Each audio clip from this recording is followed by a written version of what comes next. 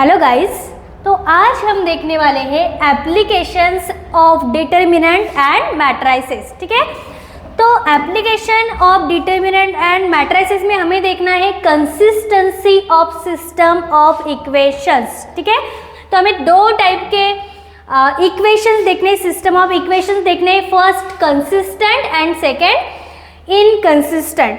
तो consistent equations क्या होते हैं? A system of equation is called as consistent if it has one और मोर सॉल्यूशन।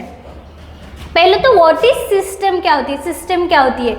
ठीक है, अगर इक्वेशंस का ग्रुप रहता है तो उन ग्रुप ऑफ इक्वेशन को हम बोलते हैं सिस्टम ऑफ इक्वेशंस। तो what is consistent equation? A system of equation is called consistent if it has one or more solutions. ठीक है, अगर किसी सिस्टम ऑफ इक्वेशन में वन एंड मोर सॉल्यूशन रहते हैं, किसी इक्वेशंस के वन एंड मोर सॉल्यूशंस रहते हैं तो उसे हम बोलते हैं consistent system. And what is inconsistent system? A system of equations is called inconsistent if it does not have a solution. ठीक है, ऐसे सिस्टम ऑफ इक्वेशंस, ऐसे सिस्टम ऑफ इक्वेशंस जिसमें हमें सॉल्यूशन नहीं मिलने वाला तो उसे बोलते हैं हम इनकंसिस्टेंट। ठीक है, व्हाट इज कंसिस्टेंट? कंसिस्टेंट में हमें सॉल्यूशंस मिलते हैं एंड इनकंसिस्टेंट में हमें सॉल्यूशन नहीं मिलते। ठीक है, तो इसके बाद तो अभी हम देखने वाले हैं solution of system of linear equations x = b using inverse of A matrix. ठीक है, तो देखो यहाँ पे हम इक्वेशंस लिखेंगे। अगर हमें गिवन है a1x + b1y + c1z = d1। Second equation given है a2x + b2y + c2 = d2 and third equation given है a3x + b3y + c3z = d3। अब ये तीन इक्वेशंस गिवन है हमें, तो ये तीन इक्वेशन मिलके बनता है सिस्टम ऑफ इक्वेशंस। तो इन इक्वेशन को हम कैसे लिख सकते हैं? इन इक्वेशन को हम लिख सकते हैं, ये जो एक्स वाई जेड के कोएफिशिएंट है वो हम मैट्रिक्स में लिखेंगे। a1 यहाँ पे b1 एंड c1, उसके बाद यहाँ पे a2 b2 c2 एंड यहाँ पे a3 b3 c3। ठीक है, ये जो एक्स वाई जेड के कोएफिशिएंट है हमने मैट्रिक्स में लिखे। अभी ये जो है सेकेंड मैट्रिक्स जो है वो एक्स वाई जेड की बनेगी एंड इक्वल टू जो है d1 d2 एंड d3 आएगा यहाँ पे। मतलब इन इक्वेशंस को हम ऐसे मैट्रिक्स में ऐसे लिख सकते हैं। तो अभी देखो यहाँ पे ये जो है ये a1 b1 c1 a2 b2 c2 and a3 b3 c3, इस मैट्रिक्स को हम लिखेंगे कैपिटल A। एंड ये जो एक्स वाई जेड की मैट्रिक्स है इसे लिखेंगे हम capital X and is equal to ये जो d1 d2 d3 है कैपिटल B। मतलब हमारी सिस्टम ऑफ इक्वेशन है अभी ax = b। तो अगर ax = b है तो हमें सॉल्यूशंस देखने की सॉल्यूशन क्या आएंगे। ठीक है, तो इसके लिए हमें क्या यूज करना है? Inverse of A matrix. तो इनवर्स ऑफ ए मैट्रिक्स कैसे यूज करेंगे? तो हम क्या कर सकते हैं, यहाँ पे a इनवर्स से मल्टीप्लाई कर सकते हैं। तो यहाँ पे मैंने a इनवर्स से मल्टीप्लाई किया x को एंड इस साइड भी a इनवर्स से मल्टीप्लाई किया b को। तो a इनवर्स इंटू a होता है identity matrix and into x equal to होता है ये a inverse b and I into x is x। Identity matrix into any matrix is that matrix. ठीक है, तो यहाँ पे आएगा a इनवर्स b। मतलब इस तरह से ये जो x है, सॉल्यूशन है एक्स वाई जेड, ये हम फाइंड आउट कर सकते हैं। ठीक है, a इनवर्स एंड b का मल्टीप्लिकेशन किया तो ये सॉल्यूशन है, मतलब एक्स वाई जेड हमारा आ जाएगा।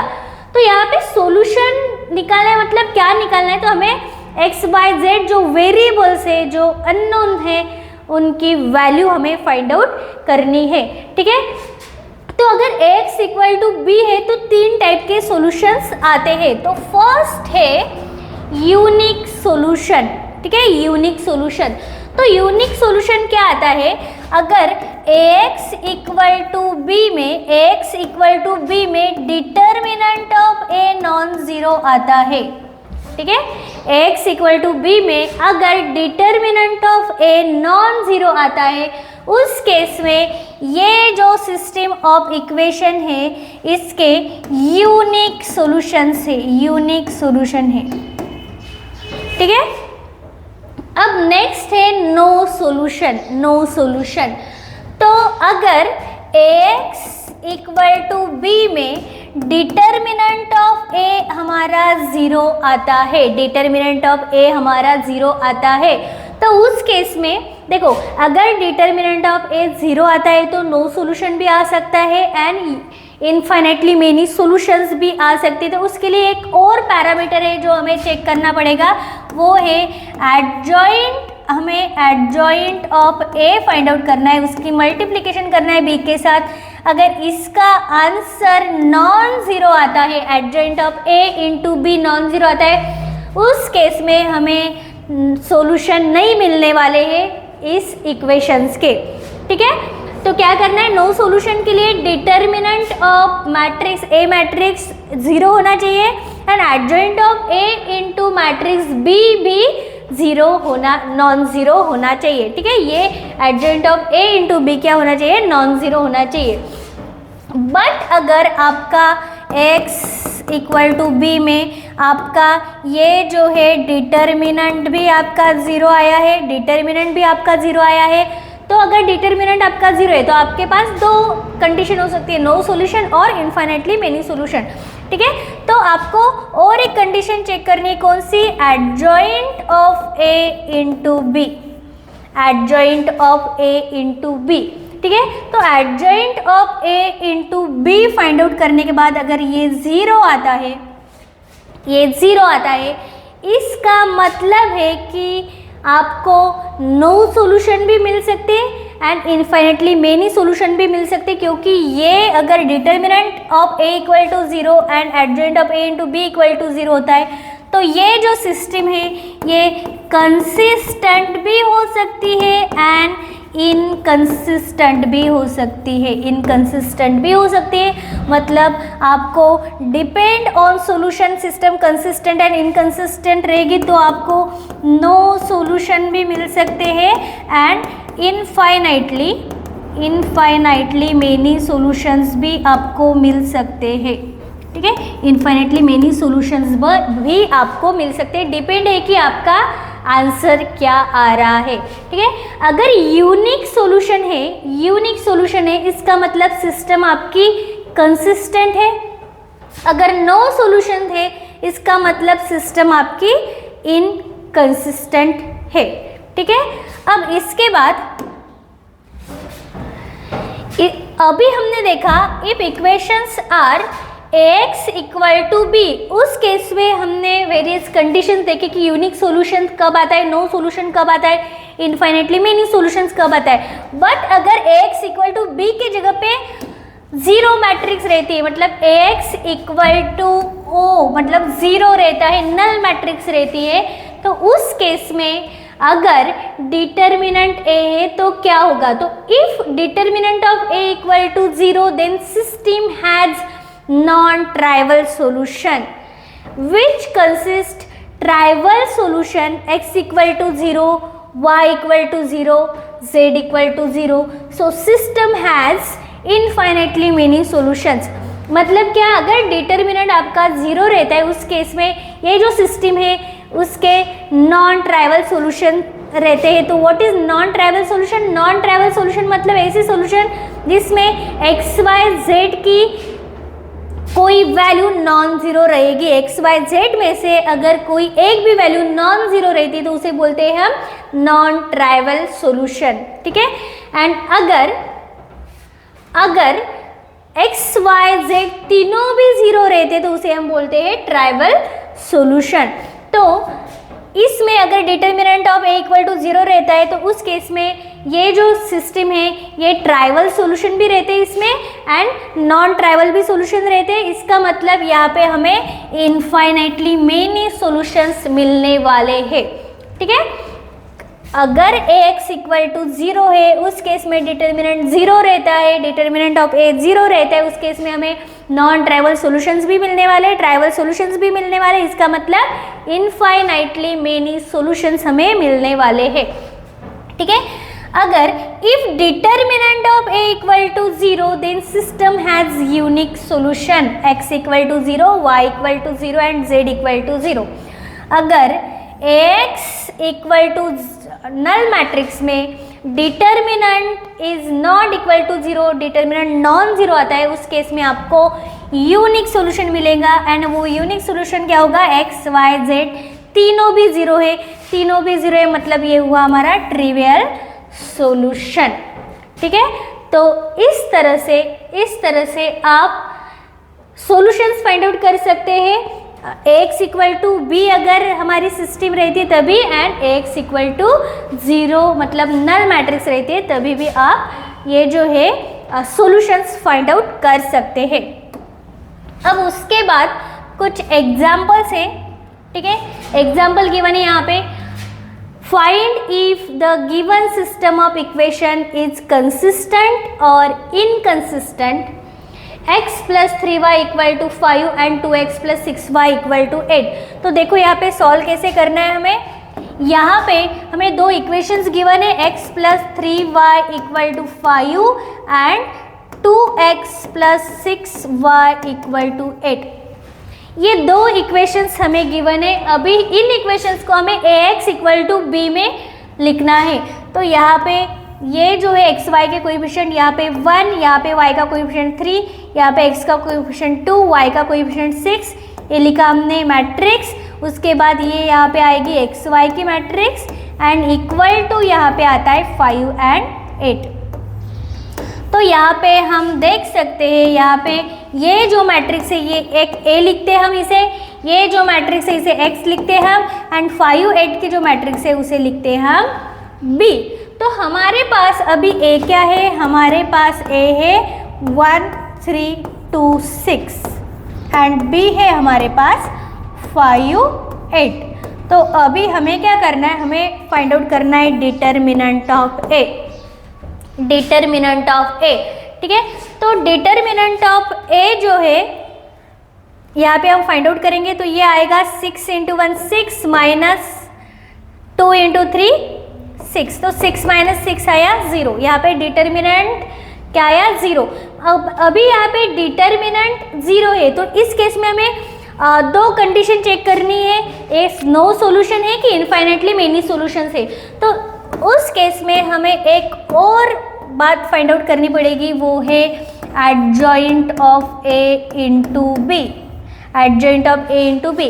तो सबसे पहले यहाँ पे हम फाइंड आउट करेंगे एडजॉइंट ऑफ a।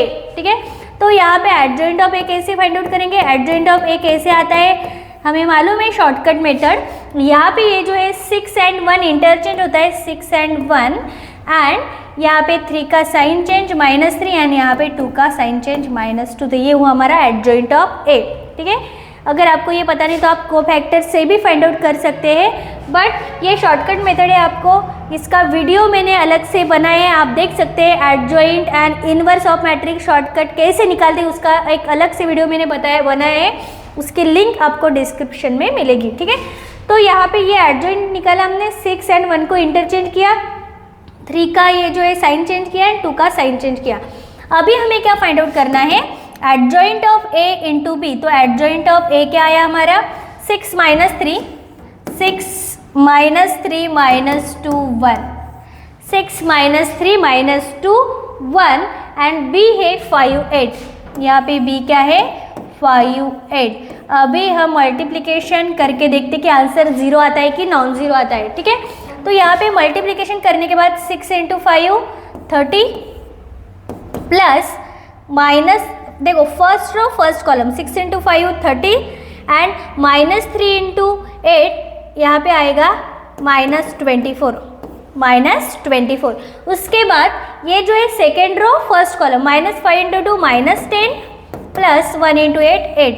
तो इसे कैसे लिख सकते हैं हम, ये आएगा अभी 30 -24 6 एंड -10 प्लस 8 -2 6 -2। तो ये यहाँ पे हमारा adjoint of A into B जो है वो आया 6 -2, मतलब ये क्या है, नॉन ज़ीरो है। ये क्या है, नॉन ज़ीरो है। अगर adjoint of A into B non zero आता है तो उस केस में हमें नो सॉल्यूशन मिलने वाला है, नो सॉल्यूशन, नो सॉल्यूशन मिलने वाला है। ठीक है, अगर नो सॉल्यूशन मिलता है, हमें सॉल्यूशन नहीं मिलता, तो उस केस में जो हमारी सिस्टम रहती है वो रहती है इनकंसिस्टेंट। ठीक है, तो आपको दो कंडीशन चेक करनी है। सबसे पहले डिटर्मिनेंट ऑफ ए चेक करना है। अगर डिटर्मिनेंट ऑफ ए 0 आया तो और एक कंडीशन चेक करनी पड़ेगी, adjoint of a into b. अगर ये नॉन ज़ीरो आता है तो उस केस में नो सॉल्यूशन मिलने वाले हैं एंड सिस्टम क्या है हमारी, इनकंसिस्टेंट। अगर डायरेक्टली आपको determinant of a non zero आता है तो उस केस में आपको कंसिस्टेंट सिस्टम मिलने वाली है। ठीक है, अब इसके बाद नेक्स्ट क्वेश्चन हम देखेंगे। नेक्स्ट क्वेश्चन है 5x plus 2y equal to 4 and 7x plus 3y equal to 5। ठीक है, तो यहाँ पे क्या करेंगे, सेम जैसे हमने पहले क्वेश्चन में किया वैसे ही लिखेंगे। इसको मैट्रिक्स में लिखेंगे 5 2 7 3। उसके बाद यहाँ पे आएगा x एंड y, उसके बाद इक्वल टू आएगा 4 एंड 5। ठीक है,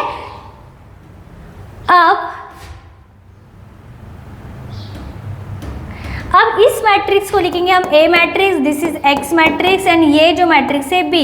मतलब यहाँ पे A हुआ हमारा 5 2 7 3 एंड B है 4 5। ठीक है, तो अभी हम क्या करने वाले हैं, सबसे पहले हम फाइंड आउट करेंगे डिटर्मिनेंट ऑफ A। क्या मेथड है, सबसे पहले हमें क्या फाइंड आउट करना है, डिटर्मिनेंट ऑफ A।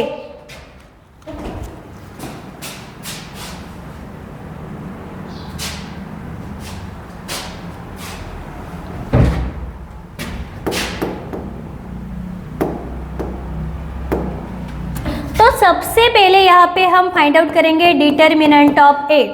तो डिटर्मिनेंट ऑफ A क्या आता है, 5 into 3 15 minus 7 into 2 14। Determinant of A आता है 1।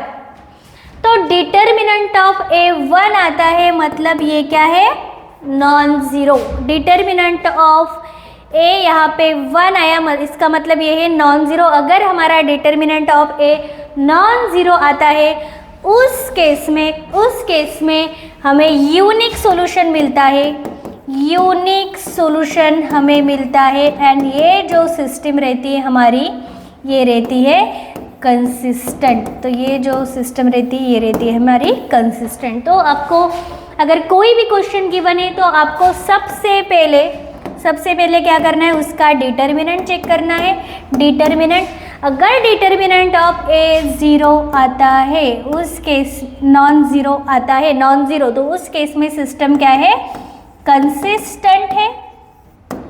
अगर ये है फर्स्ट कंडीशन। सेकंड कंडीशन क्या है, अगर डिटर्मिनेंट इक्वल टू 0 आया तो आपको क्या चेक करना है, आपको चेक करना है adjoint of A into b and adjoint of A into b non zero आया तो इस केस में हमें नो सॉल्यूशन मिलने वाला है, मतलब हमारी सिस्टम है इनकंसिस्टेंट।